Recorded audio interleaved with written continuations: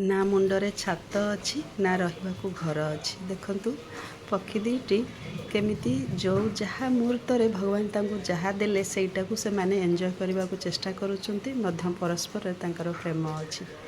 जेतक complicacy आम मनीषक जीवन रे आम मनीष कौन एमती लाइफ बंची पारुआ ना केबे नुहे।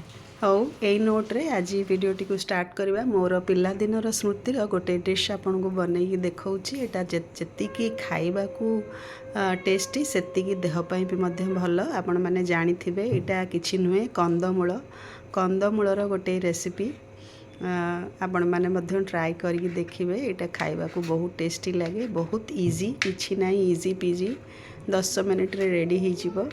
जहाँ एटा माने खाली बॉईल करने को टाइम लगे आउे किसी टाइम लगे। मुझे एक्चुअली ए डिशटा जो छोट होती पिला आम मम्मी सांगे जाऊँ मार्केट रे शीत मेनली शीत दिन में गरम गरम कंदमूल चाट मिले दिल्ली रे।